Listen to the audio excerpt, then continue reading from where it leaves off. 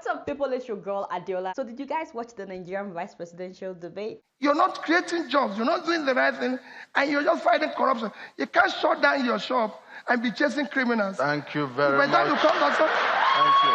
What? Tell them, former Governor Peter Obi, tell them. Only for the vice president Osinbajo to reply a demand. If you allow criminals to steal all the inventory in the shop, there will be no shop.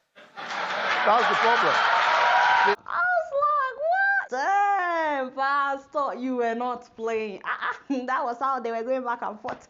Anyway, first of all, the debate committee chose 5 parties to participate in the debate, and people have been wondering the criteria that they used to choose those parties, because there were some very popular parties whose candidates were not included. I was hoping that more of the younger people's parties would be included. Like, I'm so happy to see that Fela Durotoye's party was included, but I was surprised that Sowore's party was not included. And though I know that not all candidates will be invited for debate, but his party is also popular. As a matter of fact, some of his followers were protesting outside the debate arena that night. Also, the whole debate focused on the economy and also subsidy. For more than 2 hours, what happened to security, which is a major issue right now in Nigeria? People are wondering why they did not talk about security and other issues. Now to the candidates that participated in the debate, starting with Bami Osinbajo, the vice president. Yunadua, Mayoga, you're welcome to this show. Why is it that you kept blaming the previous administration and the 16 years of PDP? Why we're where we are today is because of 16 years of mismanagement of resources. You have spent 4 years in government, no be so. The child that was born the day that you guys got into power can now walk, can now talk, can now run. Even some of those children already have younger ones born after them. When will you stop blaming the previous government and take some responsibility for all that has happened in your own time as well? And speaking of subsidy, okay, do you guys remember the time that Buhari used to say that subsidy is a scam? Who is subsidizing who? If anybody said he is subsidizing anything, he is a fraud. You see what I'm saying? Thank you very much, my brother. Now his government is paying 1.4 trillion naira for subsidy. What happened? And Bami Osinbajo was defending this. A subsidy is not inherently a bad thing. It's really the abuse. And I'll explain very quickly. What has changed between when you were campaigning and now that you are in power? Shebi, you said you would get rid of subsidy. You know your language has changed. The World Bank told us that the major cause of our poverty is corruption. You don't mean it. You don't mean it. World Bank was the one that so without World Bank you wouldn't know. Okay. As for the ACPN party candidate, that is Alhaji Ganiu Galadima, the man confused me the whole evening. There are international investors and local investors that will come to this country so that they can be handed over to investors. I'm sorry, sir. You're welcome to. I saw you, putting up your agbada the whole time. The man confused me the whole evening, especially during subsidy. He said that only the rich people have benefited from subsidy, and that even some of them have 20, 30 cars. I was like, Subsidy is not even in the interest of the common man. Some of us who have as many as 20, 30 cars. What are the common people on the street? The poor peasant farmers, what are they benefiting from it? Some of them don't even have a bicycle. Wait, pause right there.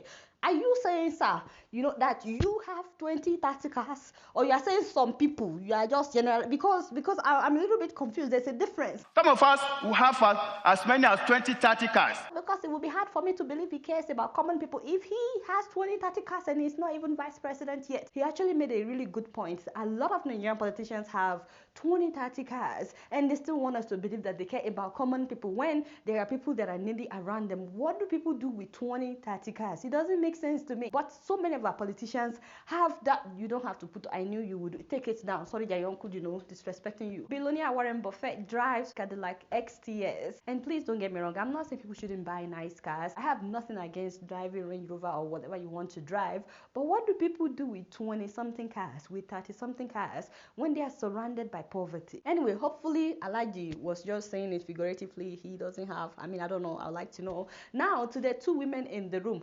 My mother's in the Lord. Why now? Why did you do me like that? Why? You didn't make your presence memorable in that room. Why? There were times that you didn't even answer the question. What would be the major economic thrust of your party if you get elected, as far as the aviation sector is concerned? The major thing a typical Nigerian needs to get to look into is to see how we can rekindle patriotism into our hearts. Because all these things, we have them in abundance. We have the manpower, we have the resources to fix those things. I think recently we had the news that we're all overjoyed that there will be a kind of the bringing back or the awakening of the Nigerian Airways, which we're all joyful about. But as time goes on, we don't know what happened to it. So to be candid, what Nigeria just needs is patriotic leaders, leaders that have Nigeria at heart. This is just what I will say about the aviation sector. Thank you very much. Did she answer the question? She did not answer the question. What would your government do about aviation if you win? That was the question. So to be candid, what Nigeria just needs is patriotic leaders, leaders that have Nigeria at heart. This is just what I will say about the aviation sector. Thank you very much. You don't mean it.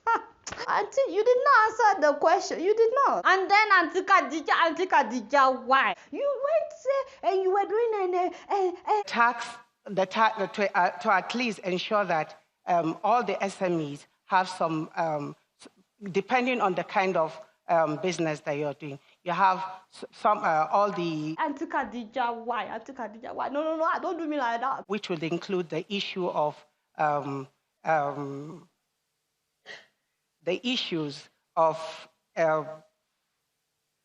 the issues that we highlighted earlier on. It's okay, stop it. We had the first time. You were supposed to go in there and win the debate with intelligent arguments. Everybody was talking about Peter Obi and Osinbajo. When we had two intelligent women in the room, nobody was talking about the women. No, you disappointed Mama. You were supposed to over-prepare for something like that. You don't just prepare, you over-prepare for something like this. Next time you go there, own it. You're already there. And I know that you were prepared. I'm not saying you are not prepared. Please don't get me wrong, my mothers. But from what I noticed, maybe Auntie Khadija was just nervous. You get what I'm saying? But if really you want this office, Auntie Khadija, you cannot afford to be nervous. No, you make your arguments known with well-articulated points and correct data, and then you worry about nervousness later. You want to be vice president, you cannot afford to be nervous. And so please, my mothers in the Lord, next time, make us proud. Own it. We are rooting for you guys. Good luck in this coming election. Now, people have been saying that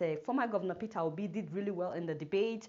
You have to give it up. He showed up. He was well composed. He went there with a mission to take down all the other candidates, especially the APC candidates. They were going back and forth that night. And that's how it should be. They said that the man outlined problems and gave solutions and gave statistics to back up his positions, which was wonderful until people started fact-checking the man. Governor Peter Obi, please don't do us like that, because we all have access to the internet. We can all Google stuff. It's like you are insulting our intelligence when you keep making up stuff. I'm not the one that says it. It's the viewers that are saying that you made up stuff. For example, the man said that when he was the governor of Anambra State, that it was the first to buy up to 30,000 computers for schools in the whole of Africa. About the highest computer ever bought by a government in Africa, 30,000. My Nigerian people, please stop mentioning Africa as if Nigeria is Africa.